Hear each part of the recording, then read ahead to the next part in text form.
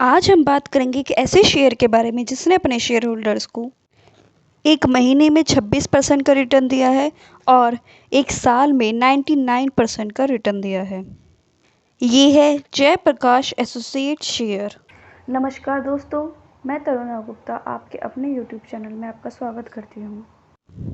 इस वीडियो में हम जानेंगे जयप्रकाश एसोसिएट शेयर कंपनी करती क्या है, इस कंपनी के शेयर के फंडामेंटल्स कैसे हैं और इस कंपनी पे जो केस चल रहा है एनसीएलटी की तरफ से उसके बारे में। और हाँ, सबसे इम्पॉर्टेंट, आरएसआई के अकॉर्डिंग ये ओवरग्रोथ में जॉन में है या भी इसमें अभी भी बाइंग अपॉर्चुनिटी है।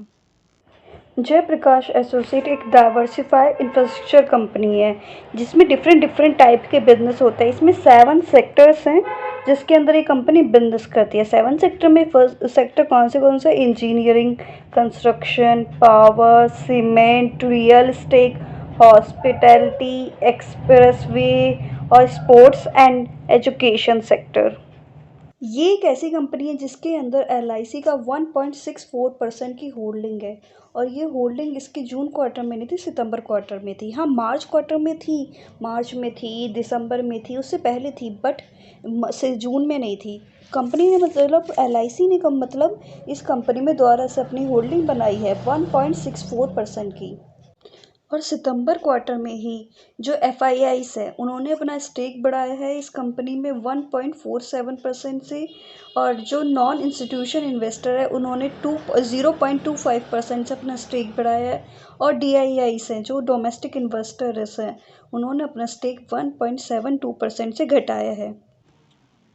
इस कंपनी की अच्छी बात क्या है, ये कंपनी अपने डेप्ट है वो रिड्यूस कर रही है और अपने जो उसका स्टॉक है वो 0.16 टाइम्स है अपनी बुक वैल्यू का। बट इस कंपनी की बुरी बात क्या है, मतलब डिसएडवांटेजेस क्या है, कंपनी के जो वो है प्रॉफिट, वो उसका इंटरेस्ट है वो कवर नहीं कर पा रहा है, ठीक है। और दूसरी क्या है, कंपनी की कंटीजेंट लायबिलिटी बहुत ज़्यादा है। कंटीजेंट लायबिलिटी ये होती है अभी नहीं है हमारी कोई लायबिलिटी, इन फ्यूचर में आने वाली है तो हम उसे कंटीजेंट लायबिलिटी में डाल देते हैं। कंपनी का जो रिटर्न ऑन इक्विटी है वो 3 साल में बहुत ज़्यादा लो है और कंपनी की जो ग्रोथ है वो भी बहुत ज़्यादा बेकार है। अब हम बात करेंगे कंपनी के फाइनेंशियल रिजल्ट्स के बारे में। जो कंपनी की सेल्स है वो क्वार्टर एंड क्वार्टर डिक्रीज होती जा रही है। जैसे आप देख सकते हैं इस बार सिर्फ 764 CR आई है। और देखिए हर बार कंपनी को ना ऑपरेशन प्रॉफिट होता था। सितंबर में, जून में मान सकते हैं कि लॉकडाउन था इसलिए लॉस हो गया था, लेकिन इस बार कंपनी को 90 करोड़ का लॉस हुआ है ऑपरेशन प्रॉफिट। और जो नेट लॉस है कंपनी को अब तक का सबसे ज़्यादा नेट लॉस हुआ है इस सितंबर क्वार्टर में 402। और आप इसके एनुअल रिजल्ट भी देख सकते हैं, ये भी बिल्कुल अच्छे नहीं थे। मार्च 2020 में सेल्स सिर्फ 4,619 CR की हुई थी और ऑपरेशन प्रॉफिट कितना था 232 का। और जो नेट प्रॉफिट था वो कितना था, नेगेटिव में, मतलब लॉस था 893 करोड़ का। मतलब ये कंपनी लॉस पे लॉस दिए जा रही है। अकॉर्डिंग टू इस quarterly and annual result company एक लॉस मेकिंग कंपनी है। ये कंपनी आरएसआई के अंदर जो स्केल होता है उसमें 80 से अबव चल रही है, मतलब ओवर ब्रॉड जोन में, मतलब ज़्यादा एक्सेस ब्रॉड होता है। जब भी जो लिमिट है वो 80 को क्रॉस कर जाती है तो most of the time correction आता है, देन कंपनी का जो शेयर है वो थोड़ा सा गिरता है और वो ओवर ब्रॉड जोन से थोड़ा सेलिंग प्रेशर आता है ताकि वो कंपनी का जो आरएसआई की जो 80 लिमिट है उससे नीचे आ जाए, देन वो शेयर ट्रेड करता है। तो इसीलिए आपको थोड़ा कॉशियस रहना पड़ेगा इस शेयर में, क्योंकि ये ओवर ब्रॉड जोन में आ चुका है, जैसा आप आरएसआई में देख सकते हैं। अब हम बात करते हैं इसकी रेटिंग के बारे में। इसे डी रेटिंग मिली है। डी रेटिंग का मतलब आपको पता है, डी रेटिंग उससे कंपनी को मिलती है जो डिफ़ॉल्ट कर देती है पेमेंट करने में किसी भी बैंक का, क्रेडिटर का, तो उसे डी, जैसे मैंने आपको दिखाया है इसमें कि इसे डी रेटिंग मिली है और इस कंपनी के ऊपर एनसीएलटी की तरफ से डिफ़ॉल्ट का केस भी चल रहा है। और ये डिफ़ॉल्ट का केस किसने फाइल करा था, आईसीआईसी बैंक ने फाइल करा था अगेंस्ट कंपनी। अब मैं आपको इसके एनसीएलटी में जो केस चल रहा है उसकी डिटेल्स बताती हूँ पूरी। इस कंपनी में क्या था, कुछ प्राइवेट लेंडर्स थे, उन्होंने केस फाइल करा था कंपनी के अगेंस्ट एनसीएलटी में इलाहाबाद में इंसॉल्वेंसी से रिलेटेड।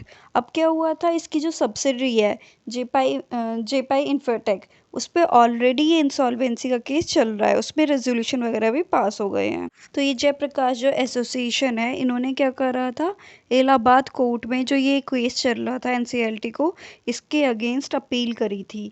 ठीक है, कोर्ट ने क्या करा था, इसे रिजेक्ट कर दिया था। तो ये द्वार कहाँ पे गए थे जयप्रकाश एसोसिएट वाले, सो वे सुप्रीम कोर्ट चले गए थे।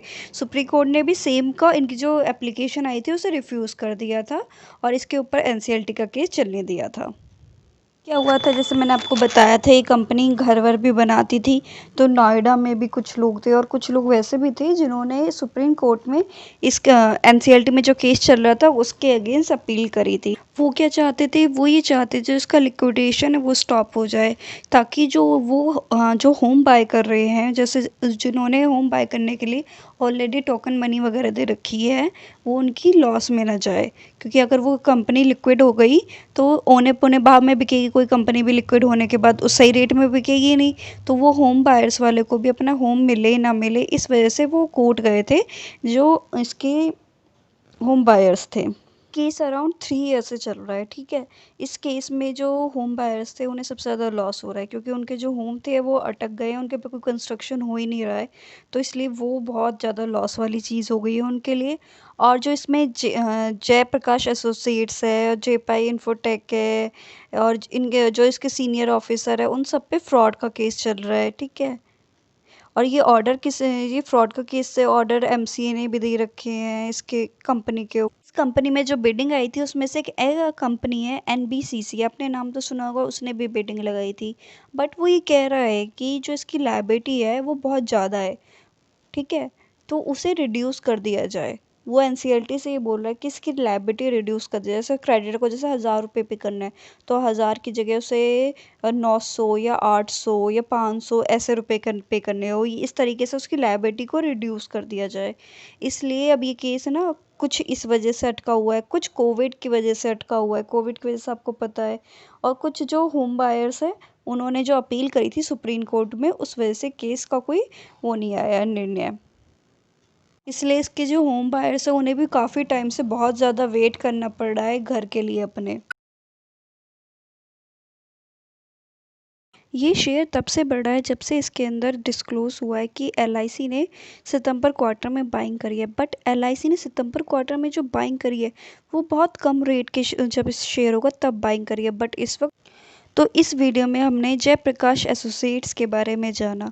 अब ये आपका डिसीजन है, इसे आपको बाय करना है, सेल करना है या होल्ड करना है।